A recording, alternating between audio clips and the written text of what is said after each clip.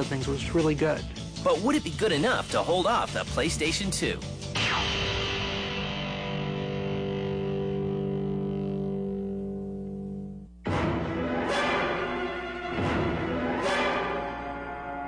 On October 26th of 2000, the heavily hyped PlayStation 2 is unleashed on the masses. The first year of PlayStation 2, the biggest hit on PlayStation 2 was Matrix. People were watching the movie. They weren't playing the game. PlayStation 2 sparked the DVD market in Japan. DVD hadn't caught on in Japan. And before PlayStation 2, you'd walk through Akihabara and there'd be game stores every place. After PlayStation 2, you'd walk through Akihabara and you'd see DVD stores. And if you walked into these DVD stores, they were demonstrating movies using PlayStation 2. The Dreamcast would have been a bigger player, in my opinion, had it had a DVD player installed from the get-go. Sega looked over its shoulder and they realized they had lost Japan. There was no resurrecting Japan. They might have been able to hold Japan if they'd had a DVD player in there. Because, you know, in the early days for PlayStation 2, PlayStation 2 was the cheapest DVD player in Japan. And if they had had that distinction, they might have been able to hold on. PlayStation 2 sales hit $165 million in its first 3 days. And the Dreamcast suffers. I mean, it was just silent. Dreamcast sat on store shelves. No games did that well again. Even good games just kind of sat there and people took them, but it was just somebody turned off the light. It was a big hit with gamers, but unfortunately it wasn't really, commercially viable. It came in at a sort of awkward time and right before the release of the PlayStation 2. So unfortunately it didn't sort of build the fan base that it could have. Sega, you've got to understand, is hemorrhaging money as a company.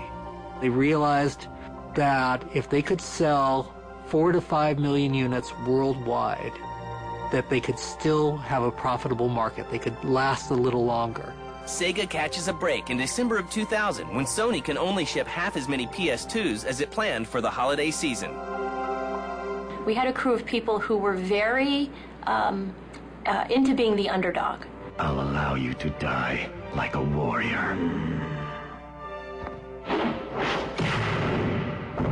Oddly enough, becoming the underdog almost galvanized us further. Really brought us together as a team because we knew exactly what we had to do. And they thought, we drop our price, we come out aggressive with all kinds of things, including you could have a free Dreamcast. And it wasn't enough. They pushed. And at the end of Christmas, they hadn't made headway. What are you saying? Rumors started coming out that Sega was no longer manufacturing Dreamcast. No! And I remember interviewing Charlie Belfield. I said, the rumor is that you're going to discontinue. And he said, no, that's not true. And I said, are you manufacturing them now? And he said, no. And I said, how much inventory do you have? And it turned out that there was more inventory in the channel and in their warehouses than there was sold. And I said, okay, that doesn't look good. Charlie, when will you start manufacturing again? And that was when Charlie said, we have no plan to start manufacturing again. And that was the first time Sega came out and officially announced that, yeah, we've discontinued. It was a real crush to the egos of everybody. I mean, I remember I was in the meeting where we were told that the Dreamcast was not going to continue, and everyone just was silent. Everyone was just speechless. No one said a thing. It was just very heavy, very oppressive.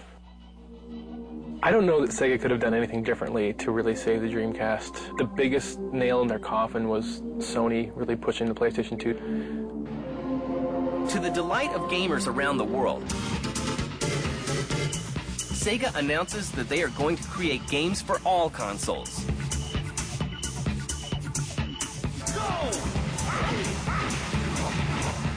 I think it was a time where Sega really had to address itself and say, are we going to now just be a software company?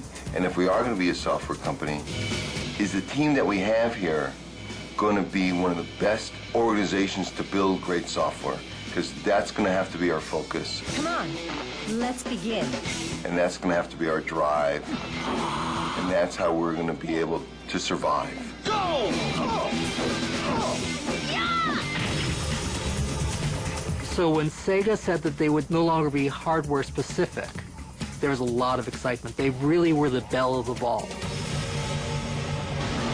Microsoft, for their Xbox console, got Sega to promise them Panzer Dragoon. A beautiful game. But Sony turned around and they had the Virtua Fighter series locked up for themselves. You know, that was the arcade hit, and that was the bigger seller. Especially in Japan, that was a big seller. Virtua Tennis! There was a very committed Sega fan base right up till the end of Dreamcast that very much appreciated the Sega style of gameplay. As we transitioned from a hardware company pushing the Dreamcast platform to a software developer, we were able to successfully convert the Sega fan base to other hardware platforms via our games. We were able to explain to gamers, yeah, you can still have your jet grind radio, but it's just going to happen on these other platforms, but we promise you it'll be the same exact wonderful gameplay experience. And Sega gamers came along with us. But the Dreamcast will live on in gamers' hearts and memories. If you picked up a Dreamcast, you were holding something that felt like a gamer's machine. It felt like it was made for games. Without a doubt, the Dreamcast showed the world that online gaming was possible and fun and interesting on console. So there's no question, with respect to online gameplay, Dreamcast will be remembered forever. Dreamcast was something special, mostly because, you know, it came from Sega. So the games that really were released with it, especially at the beginning, were some of the best games of the last generation, or even this one. I've been in this industry a long time. I've seen a lot of hardware companies come and go. Dreamcast will always have a position in this industry from a historic standpoint. Because it did so well in the first 2 years that it was there, it really established itself. Here is a system that was ahead of its time. People who owned a Dreamcast in 2000 and 2001 were probably a lot happier than people who owned a PlayStation 2, because there were a lot of great games for Dreamcast. I think that it will go down in history as one of the more desirable systems.